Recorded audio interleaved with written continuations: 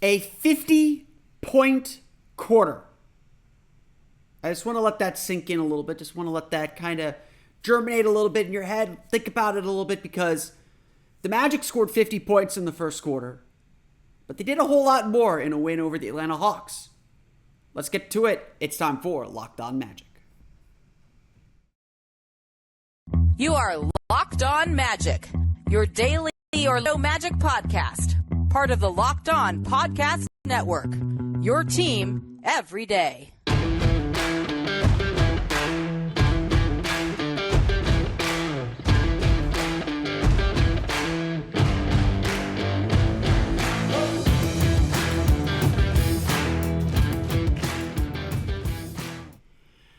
And you are indeed Locked On Magic. Today is December 15th, 2022. My name is Philip Rossmike. I'm the expert insight editor over at OrlandoMagicDaily.com. Of course, follow me on Twitter at PhilipRR_OMD. On today's episode of Locked On Magic, the Orlando Magic score 50 points in the first quarter. That is just about enough the Orlando Magic need to get a 135 to 124 victory over the Atlanta Hawks for their fourth straight win of the season. Their fourth straight win. They're up to 9 now on the season, as the Orlando Magic really show some incredible growth here during this homestand. We're going to dive into the growth that we saw in this team. Plus, Bol did Bol things. It was pretty cool. We're gonna talk about Bol tomorrow. We're gonna save some of that for tomorrow. We got plenty of content to get us through here. But before we get into that, I want to thank you again for making Locked On Magic part of your day every day, no matter when you listen to us, whether it's first thing in the morning, whether it's right when we upload. We truly appreciate you making Locked On Magic part of your day every day. Remember, there's a great Locked On podcast covering every single team in the NBA. Just search for Locked On and the team you're looking for. The Locked On Podcast Network. It's your team every day. There is no other way to say it. I've said it several times here. The Orlando Magic scored 50 points in the first quarter of this game against the Atlanta Hawks. It was about as brutal and as perfect as you could play any quarter. And it takes, these are all really talented NBA players. These are all really talented players. If you're not on your game, and so we got to, say, yeah, Atlanta wasn't really locked into this game early on, and that helped the Magic kind of do this, but they still had to do the deed, and they were just brutally efficient and brutally just tearing this Hawks team apart, limb from limb. The Magic led 50-22 after one quarter. The stats, let me pull up my stat sheet here real fast. The stats do tell the story. Orlando shoots 16 for 25 from the floor, 6 for 10 from deep, 12 for 13 from the line, 4 offensive rebounds for 5 second chance points, 9 fast break points, 14 points off 7 Atlanta turnovers. 12 assists on 16 field goals. This is who the Magic want to be. This is how the Magic want to play. And it was just darn impressive. And yeah, the final point total tells the whole story. And the final point total tells a good chunk of the story. But this was a dominant performance from the Orlando Magic. This was a dominant showing. And the first quarter deserves to be cordoned off from the rest of the game. Because the Magic led by as much as 29 points in that first quarter. And that was enough. Yes, Atlanta did cut the lead down to 9 and 8 on one occasion in the fourth quarter. It did look dicey. We're going to get into some of the problems and some of the things that happened there in a minute. But this was the Magic at their most perfect. As Jamal Mosley said after the game, we're going to show this tape whenever we need to remind this team what they're capable of, number one, and how they need to play. Because this is how the Magic want to play. The ball zipped around the perimeter, inside out, 2 open shooters. They read the defense and took advantage of a defense that didn't know where the attack was going to come from. It didn't matter who was on the ball. It could be Markelle, it could be Franz, could be Cole, could be Paolo, could be Bol, could be anyone. And the Hawks just didn't know how to handle it. But most importantly, as impressive as the 50 points are, Mosley said this after the game too, The more important number there is 22. The number of points the Magic gave up, because the Magic's defense was the offense. I'll explain.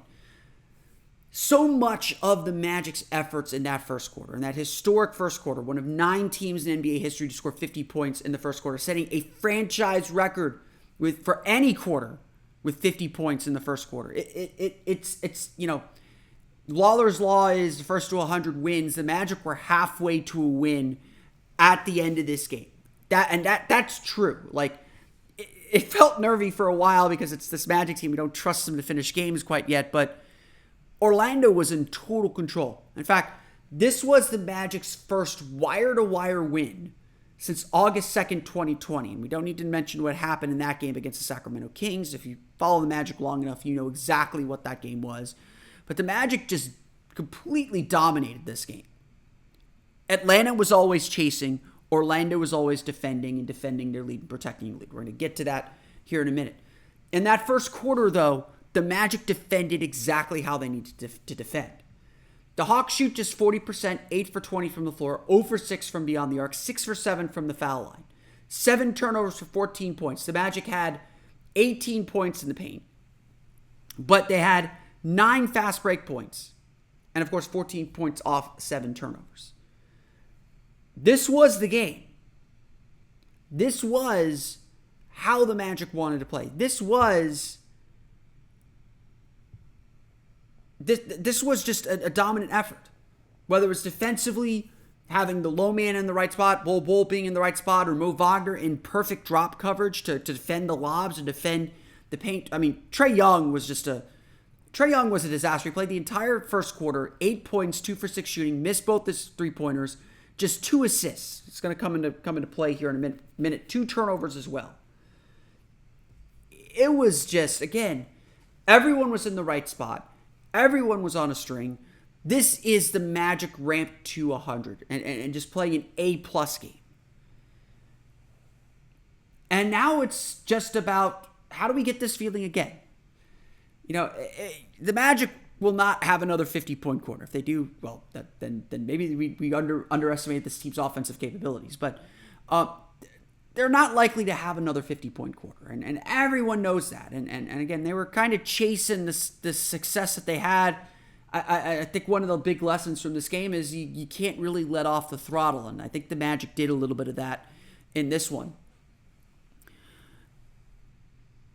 But the Magic can see what they're going to become. And as Markelle Fultz said after the game, now we know. Four wins on this 5-game homestand. Now we know how good we could be. Now we know what we're capable of doing. Now we know what we look like when we're running on all cylinders.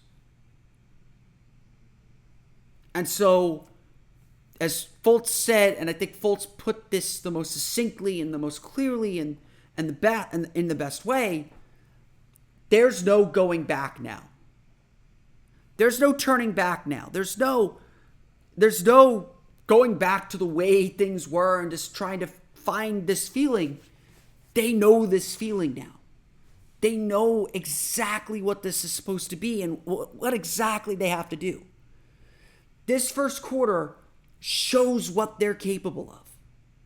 It shows the growth that they have made to be able to execute at this high of a level for this sustained time and to frankly win the game, decide the game within the first quarter, within the first 12 minutes, to blitz a team so bad that they could honestly play pretty poorly the rest of the game and still win. We're going to get into some of those issues here in a minute, but I've been teasing that too much. But there's no turning back, and I agree with Fultz on that. There is no turning back at this point. The Magic have raised that bar of expectation. A 4-game win streak isn't much. It's the first time the Magic have had a 4-game win streak since December 2020, so it's been a while. It's been 2 years. It isn't much in the big scheme of things, in the big picture of things. But it is a lot for a team that is trying to find its way. It is a lot for a team that is still developing its habits and what it wants to be and who it wants to be. this first quarter is who the Magic want to be. That is everything working at its highest levels again. And even within this game, the Magic were chasing that. And honestly, as much as Orlando struggled the rest of this game, they still showed the growth that they needed to show. We're going to get into what the Magic showed me in the rest of this game as they close out the Atlanta Hawks and pick up a win on this historic night at the Amway Center. We're going to get to that coming up here in just a moment.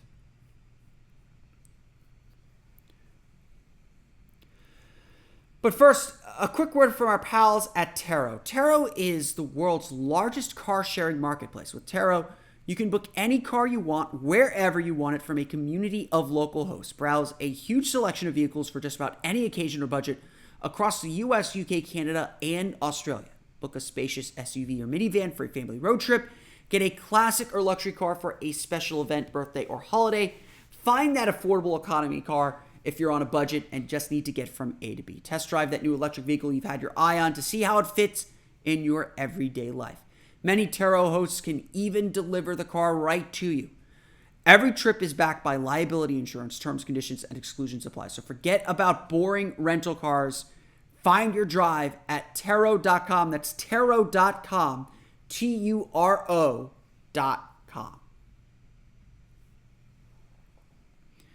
We want to thank you again for making Locked On Magic part of your day every day. For your next listen, check out the Locked On Sports Today podcast. From the games that matter the most to the biggest stories in sports, go beyond the scoreboard and behind the scenes with local experts and insights only Locked On can provide. Locked On Sports Today available on this app, YouTube, and wherever you get your podcasts. You know, I made this joke to a few of the other writers at the Amway Center on Wednesday night. I will make this joke here because it's a good one. This game is the perfect game for a coach.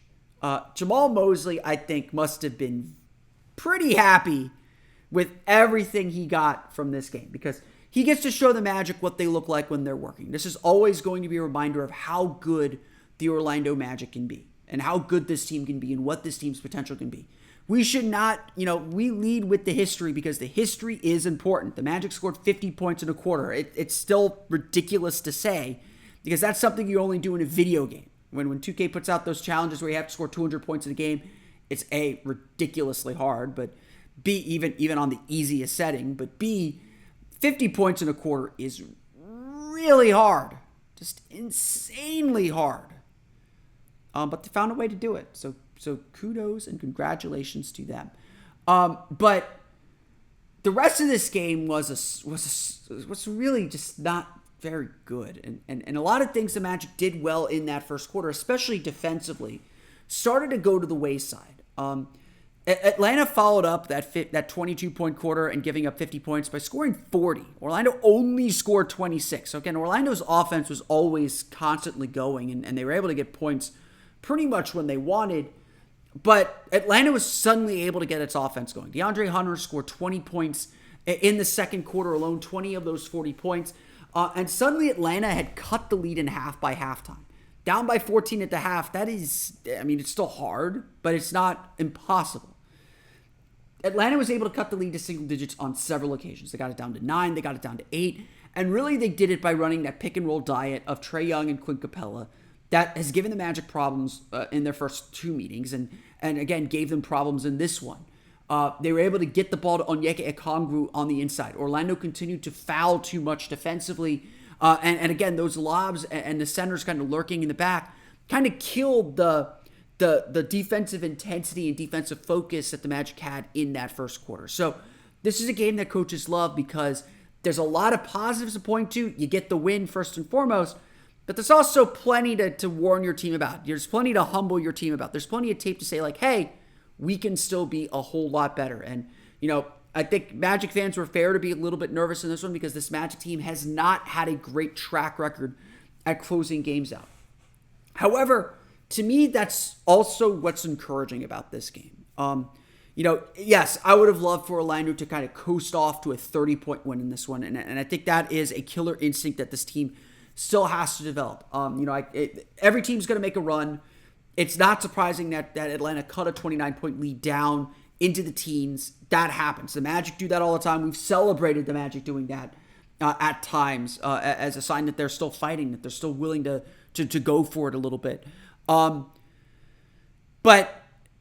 you want to see this Magic team learn how to get that killer instinct, and they certainly got frustrated. You could see the frustration on the court with this team, and you could see them, trying to reach back and find that reserve. And it's natural for a team to let off the gas pedal after such a big, humongous quarter, and when success was just so easy. Now that it's a little bit harder, you got to kind of fine tune yourself and refocus yourself. But that's where I think the Magic did good things. That's actually where I was impressed with the Magic, because yes, the defense was not at the level that it was in the first quarter. It was not at the level that it's going to need to be. The Magic have won games on this win streak because of their defense. They won this game because of their defense in the first quarter. Everything, they were just so good in that first quarter that the rest of the game was almost academic. But like I said, Atlanta really got back into this game. But what impressed me most is that every time Atlanta cut that lead down to 9, you got it down to 8 at one point in the fourth quarter, the Magic extended it back out. They made a big shot, Cole Anthony hitting a shot, getting a foul, or they were able to make big plays that put them back in control, that extended the lead back out to 15. They made it always an uphill climb for Atlanta. And then it was just little plays that determine wins and losses. As bad as the Magic's defense was, I don't think it was an effort thing, because Orlando was still winning 50-50 balls. There was one play, there's a couple plays that really stood out to me. Orlando, I think, was up by 9 or 11 in the fourth quarter. And Bol gets, great ball movement, gets Bol in the corner. He pump fakes a three, takes two dribbles in, or maybe it was one dribble and one giant step because he's Bol. But he shoots a short mid-range jumper. He misses it. Paolo Banchero tracks down the rebound along the baseline. Happened right in front of me. Tracks down the rebound along the baseline. He starts to survey a little bit. Bol has made his way to the opposite corner. Both defenders converge on Paolo, because the strategy right now with teams defensively is to send as many bodies at Paolo Banchero as humanly possible. He was seeing 2, sometimes 3 guys coming at him. And then he kicked it back out to Bol, who drained a 3. And you could feel the exhale after that. There's another play where, I forget who took the shot, but someone took a shot. So maybe 1 possession, 2 possessions later, Markelle Fultz tracks down a long rebound, is able to reset. Orlando ends up with another Bol three-pointer, ends up with another big three-point shot. These are plays the Magic weren't making late in games before, or these are the kind of plays that you have to make to hold on to leads. You can't just be satisfied with a lead. And I think Orlando got that little bit of a wake-up call that spurred them to maintain things. They weren't great defensively in the final 3 quarters. There's just no way around it. You give up 29, Magic were outscored, they're up 28 after 1 quarter. They're outscored by 17 the rest of the game to win by 11, if my math is correct there. They lost by 16 in that second quarter. They gave up a good chunk of that lead, or they lost by 14, in that second quarter. They gave up a huge chunk of their lead there. They have to be better and more attentive and more focused for the 48 minutes, because that's what's built them this win streak. They all know that. They all said that. They all say the focus defensively has gotten better. That didn't happen after the first quarter. They were so focused and so good in the first quarter. The last 3 quarters, they really, really struggled. But when it came down to winning time, when it came to the plays that were going to determine whether Atlanta was going to get back in this game or Orlando was going to pull this one out, Orlando made those plays over and over again. And I think Markelle Fultz had the best observation about it. Earlier in the season, Orlando might have given up some of these runs, and their heads would have gone down. They would have gotten frustrated. And there's definitely some frustration in the second quarter, and halftime came at the right moment for this team to kind of reset and regather themselves a little bit. But in this game, Orlando made those plays. And so I think it's important to note that growth. I think it's important to kind of to sit back and say, hey, this team did take this step. This team did do this part well. It may not be exactly how we want it to be. It may not be exactly what we need it to be. But this team did do that step to put themselves in a really good spot to win this game. And of course, the Magic were able to pull this one out 135-124. And frankly, it was, as nervy as it kind of felt, it was a fairly comfortable win. Now the trick, of course, as the Magic know, as the Magic would say, is the carryover. What are you going to learn from this game? What are you going to make sure that doesn't happen again? How are you going to do a 50-point quarter again? That's probably not going to happen, but you got to take this on the road now. Magic won 4 straight games at home. Very easy to win at home. Orlando's 8-9 at the Amway Center. They're again, for a team with their record, their home record's pretty good. They've got 1 win on the road, 1-11 on the road. They don't have easy road games coming up. 2 against Boston, 1 against Atlanta, and then against Houston on this 4-game road trip coming up. But the Magic have to find a way to make this travel, and that is about staying focused defensively. And so if that's the message that has to come from this game, that's the message that has to come from this game. But like I said, this season is about growth, and Jamal Mosley's talked about it time and time again. This is a game of runs. You've got to be able to sustain runs. You got to be able to build runs, but you also got to be able to take runs and know how to stop them and know how to slow them down and learn how to roll with those punches. Orlando did that in this game in a major way. They had a huge margin for error, granted, but they did that in this game. And when the game was in the balance, the plays that mattered, Orlando made those plays, and that deserves at least a little bit of credit. That deserves some credit from this team as a sign of real growth for this group. We're going to go through the box score real fast, talk a little bit about some of the individual performances. I am not neglecting the Bull play. Like I said, we're going to talk more about Bull, I think, on tomorrow's episode of Locked On Magic, but we'll get to Bull here in a minute. We'll get to what Bull did here in just a minute. But first, a quick word from our pals at BetOnline. BetOnline.net is your number one source for sports betting info, stats, news, and analysis this season. Get the latest odds and trends for every professional and amateur league out there, from pro football to college bowl season to basketball and the World Cup final. Don't forget about that third place game. Everyone does. It's okay. They've got it all at BetOnline.net. If you love sports podcasts too, you can even find those at BetOnline as well. They're always the fast and easiest way to get in all your betting info.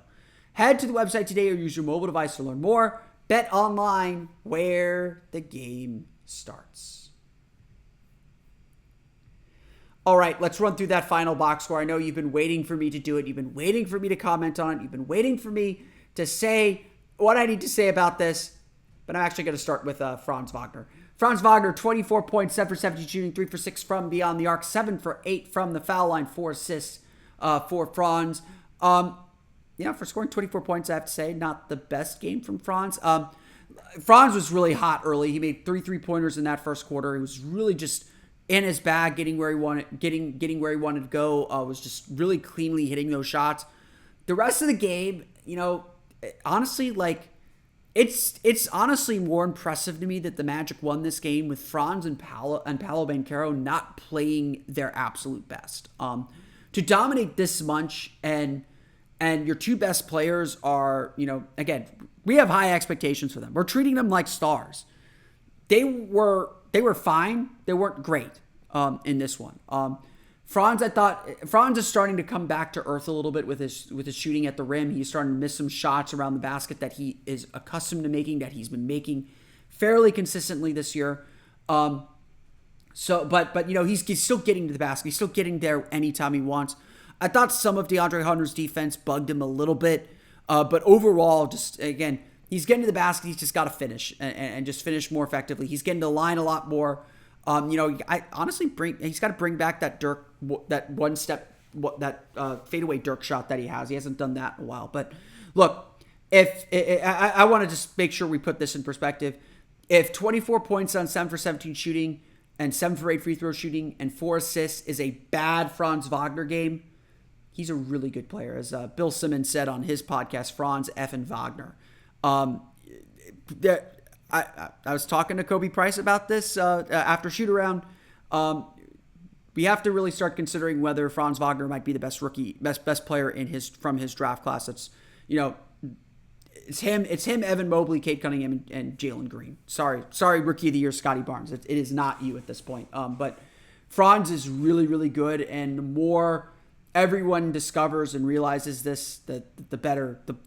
That's what's going to bring about world peace, to be perfectly honest. Paolo Banchero, since I mentioned him, 20 points, 6 for 16 shooting, 2 for 7 from beyond the arc, 6 for 7 from the foul line, 6 assists for Paolo as well as 6 rebounds. It's kind of the same deal. I thought Paolo was really nice around the basket. You know, he made some really difficult finishes. Sometimes made shots a little bit more difficult than he had to. He was willing to shoot threes. I actually like that he took 7 threes. I didn't think his threes were bad in this game. You know, he mentioned after the last game, again, check out all the great stuff that Kobe Price is doing at the Orlando Sentinel. He mentioned after that game that, you know, he sometimes waits a beat when he catches the ball instead of just firing. Definitely a focus on just shooting in this one.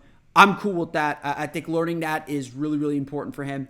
But overall, you know, again, 5 of his 10 misses were from beyond the arc. So he's doing a good, so on 2s, he was 4 for 9, which is okay, not great. Has to continue to do a better job getting to the foul line, but he started really showing his passing bag. His 2 turnovers were off of like passes he was trying to make through, you know, somewhat tight windows that almost got where they needed to go. And he knew it. His teammates knew it.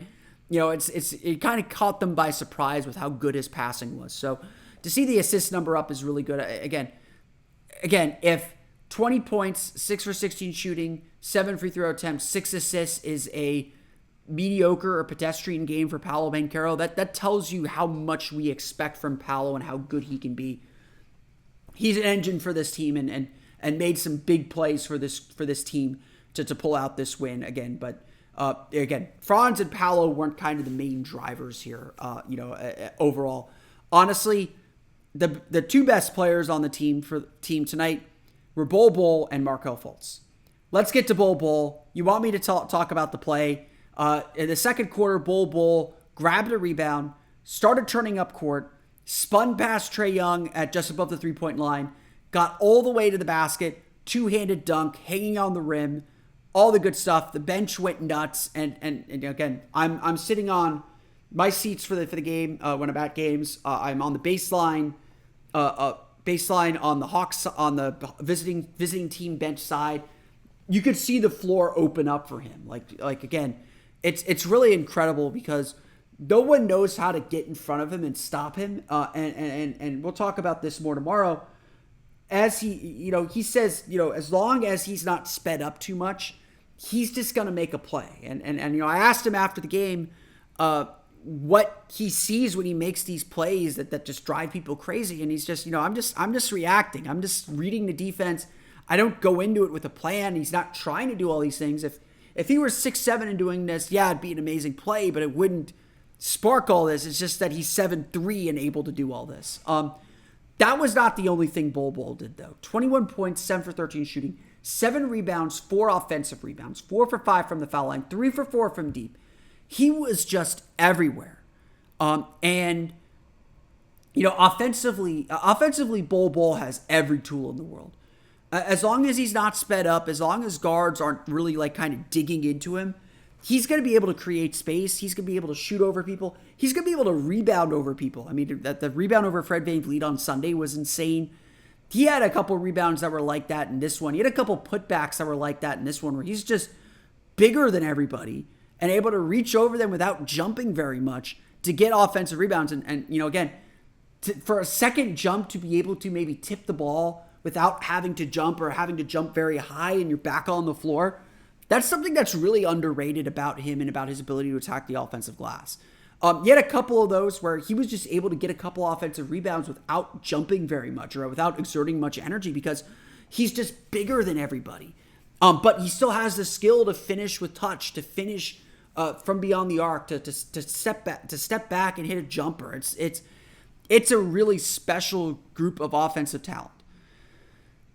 Where the difference has been for Bol these last few games has been on the defensive end. And he is typically, at least during this win streak, been very good defensively. He's understanding his low man responsibilities a whole lot more.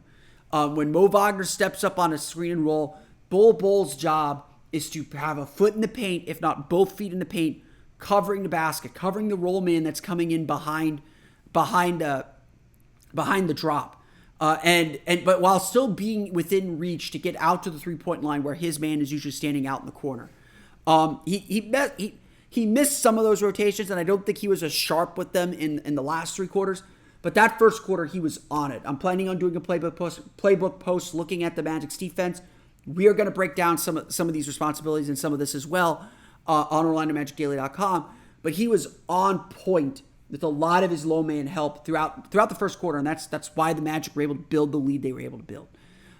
Again, overall, just a really, really good game from Bol. Just really, really good stuff from him overall. I'd say the same for Markelle Fultz. 16 points, 8 for 14 shooting, 7 rebounds, 9 assists. He did get an assist taken away, and 4 steals. Markelle did a great job on Trae Young. I thought he was really pesky. Overall, the Magic did a great job on Trae Young. Trae Young, 19 points, 6 for 15 shooting, 1 for 5 from deep. That came late. 6 for 7 from the foul line, so only 7 free throws for him. He did have 16 assists. He was able to get those lobs. He was able to attack the drop pretty well after that first quarter, but Markelle Fultz did a good job disrupting his ability to get downhill. The Magic as a team did a great job staying down and contesting his three-pointers, so he wasn't a huge factor from deep. His three-point shot is just not what it should be or what you expect it to be this year at all. But Orlando did a good job containing him and not letting him get into a rhythm with those step backs and those pull-up threes. They were in him all night, and I think Markelle Fultz deserves a lot of credit for that. I think Cole Anthony deserves some credit for that too. 13 points, 3 for 7 shooting, 7 for 7 from the foul line for him. He added 6 assists and 5 rebounds. I think he deserves some credit for that too, but Markelle was really into him as well. And I thought Markelle did a good job attacking the basket, getting to the rim, making things happen, and getting the ball moving. Again, 9 assists is such a huge, huge thing. Magic need that lift. Again, you're getting 15 to 28 assists from your 2-point guards. That's a pretty good sign of things as well. Mo Wagner, 17 points, 7 for 9 shooting, 3 for 4 from deep. A solid game from him. Terrence Ross with a nice game, 11 points, 4 for 9 shooting, 3 for 7 from deep. And Mo Bamba, 11 points, 4 for 6 shooting, 2 for 4, 7 rebounds. Really good early in the game. Really struggled in the second half with Clint Capella and the drop coverage.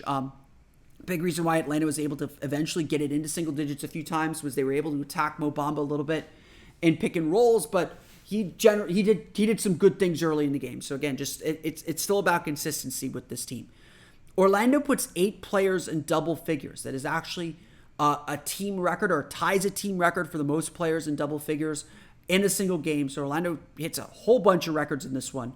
They shoot 50.3% from floor, 16 for 36 from beyond the arc, 25 for 30 from the foul line, 14 offensive rebounds, just 14 turnovers for Orlando as they're able to again dominate the first quarter 50-22 and just, not cruise, but that's able to sustain them enough to get the win 135-124. That'll do it for this homestand. The Orlando Magic back in action Friday at Boston for the first of 2 games at the TD Garden. We'll see if the Magic can stand up to one of the best teams in the Eastern Conference as they hope to continue this win streak and get it to 5 games, which would be a lot of fun. But that's going to do it for me today. I want to thank you all again for listening to today's episode of Locked On Magic. Of course, find me on Twitter at @PhilipRR_OMD. Subscribe to the podcast at Apple Podcasts, Stitcher, TuneIn, Himalaya, Google Play, Spotify, Odyssey, and all the football on podcast to your podcast-enabled listening device. For the latest on the Orlando Magic, be sure to check out OrlandoMagicDaily.com. Of course, follow me on Twitter at @OMagicDaily for all the updates there. Now that you're done listening to us, be sure to check out the Locked On Sports Today podcast. Again, that is the Locked On Sports Today podcast, the biggest stories of the day, plus instant reactions, big game recaps, and the take of the day. It's available on the Odyssey app, YouTube, and wherever you get podcasts. That's going to do it for me today, though. I want to thank you all again for listening to today's episode of Locked On Magic. For Orlando Magic Daily and Locked On Magic, this has been Philip Rossman-Reich. We'll see you all again next time for another episode of Locked On Magic.